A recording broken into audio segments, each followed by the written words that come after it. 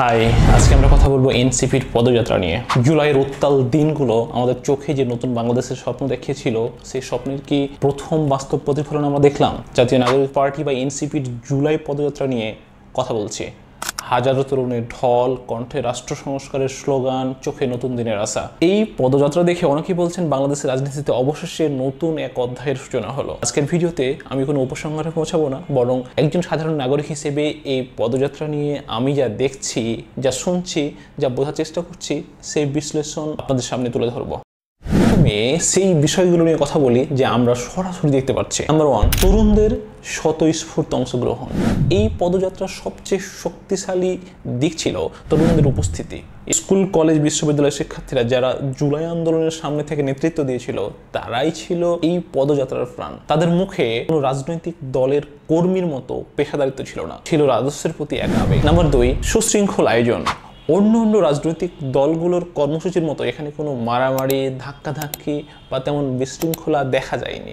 স্বেচ্ছাসেবকরা অত্যন্ত দক্ষতার সাথে পুরো আয়োজনটি নিয়ন্ত্রণ করেছে। এটি তাদের সাংগঠনিক দক্ষতার একটি প্রাথমিক পরিচয় দেয়। নাম্বার 3, একটা স্পষ্ট বার্তা দেয়। তাদের স্লোগানগুলো খেয়াল করেছেন? তারা কোনো ব্যক্তি বা দলের পক্ষে বা বিপক্ষে স্লোগান দেয়নি। দিয়েছে মাঝে মধ্যে, 2-1 জন দিয়েছে, কিন্তু ম্যাক্সিমাম ক্ষেত্রে তাদের মূল স্লোগানটি ছিল রাষ্ট্র সংস্কারের, রাষ্ট্র ব্যবস্থার পরিবর্তন এবং বৈষম্যহীন সমাজ প্রতিষ্ঠা। এই বার্তাটি প্রচলিত রাজনৈতিক সংস্কৃতি থেকে সম্পূর্ণ আলাদা। তারা বলছে তারা ক্ষমতার জন্য নয়, বরং একটি আদর্শ প্রতিষ্ঠার জন্য লড়ছে। এবার আসা যাক সেসব কথাই যে আমাদের চারপাশে, চায়ের দোকানে বা সোশ্যাল মিডিয়ায় বা রাজনৈতিক মহলে শোনা যাচ্ছে। একদিকে আশার বাণী, একদল মানুষ বলছেন এটা সত্যিকারের বিকল্প। আওয়ামী লীগ ও বিএনপির অপরাজনীতির বাইরে একটি নতুন শক্তি উঠে আসছে যা দেশের সঠিক পথে ফেরাতে পারে। তারা এনসিপিকে ডক্টর কামাল হোসেন বা বি চৌধুরীর তৃতীয় ধারার সাথে তুলনা করতে নারাজ। প্রচলিত দলগুলোর প্রতিক্রিয়া আমাদের আশানুরূপ। আমরা যেমনটা আশা করি তেমনটাই। আওয়ামী লীগ ও বিএনপির দলই বিষয়টিকে কিছুটা সন্দেহের চোখে দেখছে।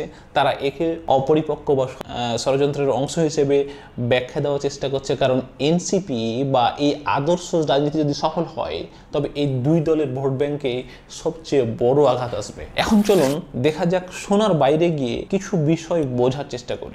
পদযাত্রার প্রতীকী গুরুত্বটা কি ছিল? এনসিপি কেন সমাবেশ না করে পদযাত্রা করলো? পদযাত্রা মানে হলো মানুষের কাছে হেঁটে যাওয়া, তাদের সাথে সংযোগ স্থাপন করা। এটি একটি অহিংস এবং জনসম্পৃক্ততার প্রতীক। তারা বোঝাতে চাইছে তারা ক্ষমতার কেন্দ্রে থেকে নয়, বরং রাজপথে থেকে রাজনীতি করতে চায়। 2, এটাকে আমরা একটা অ্যাসিড টেস্ট বলতে পারি। এই পদযাত্রা ছিল এনসিপির জন্য প্রথম অ্যাসিড টেস্ট। তারা কি জনগণকে রাস্তায় নামাতে পারে? তারা কি একটি শান্তিপূর্ণ কর্মসূচি উপহার দিতে পারে? এই পরীক্ষায় তারা প্রাথমিকভাবে সফল হয়েছে বলা যায়। এটি তাদের আত্মবিশ্বাস বাড়াবে এবং জনগণের মধ্যেও তাদের গ্রহণযোগ্যতা কিছুটা হলেও তৈরি হবে। 3, যদি আমরা এটাকে তাদের ভবিষ্যতের চ্যালেঞ্জ হিসেবে ধরি, আসল লড়াই কিন্তু এখন থেকে শুরু। এই প্রাথমিক উন্মাদনা এবং আবেগকে একটি টেকসই সাংগঠনিক কাঠামোতে রূপ দেওয়াটাই হবে তাদের সবচেয়ে বড় চ্যালেঞ্জ। দেশ জুড়ে কমিটি, যোগ্য নেতৃত্ব তৈরি করা এবং প্রতিষ্ঠিত রাজনৈতিক দলগুলোর চাপ ও ষড়যন্ত্র মোকাবেলা করা পথটা মোটেও সহজ নয়। সবচেয়ে বড় প্রশ্ন হলো, তারা কি তাদের আদর্শে অটল থাকতে পারবে? ক্ষমতার মোহ, অর্থের প্রলোভন এবং এই বিষয়গুলো কি তারা সামাল দিতে পারবে? ইতিহাস বলে অনেক ভালো উদ্যোগও এই জায়গাগুলোতে এসেই নষ্ট হয়ে যায়। দিন শেষে এনসিপির এই জুলাই পদযাত্রা বাংলাদেশের রাজনৈতিক আকাশে একটি নতুন তারা নাকি ধূমকেতু তা বলার সময় এখনো আসেনি। এটি একদিকে যেমন নতুন প্রজন্মের মধ্যে এক আশার সঞ্চার করেছে, তেমনি ঠিক করেছে অনেকগুলো যৌক্তিক প্রশ্ন এবং সন্দেহ। একটি বিষয় পরিষ্কার, বাংলাদেশের মানুষ, বিশেষ করে তরুণরা, প্রচলিত দ্বিদলীয় রাজনৈতিক দুষ্টচক্র থেকে বের হয়ে আসতে চায়। তারা একটি নতুন বিকল্পের জন্য মুখিয়ে আছে। এনসিপি কি সেই বিকল্প হতে পারবে? উত্তর সময় দেবে। এই পুরো বিষয়টি নিয়ে আপনার ব্যক্তিগত পর্যবেক্ষণ কি? আপনি কি দেখছেন, কি শুনছেন এবং কি বুঝছেন?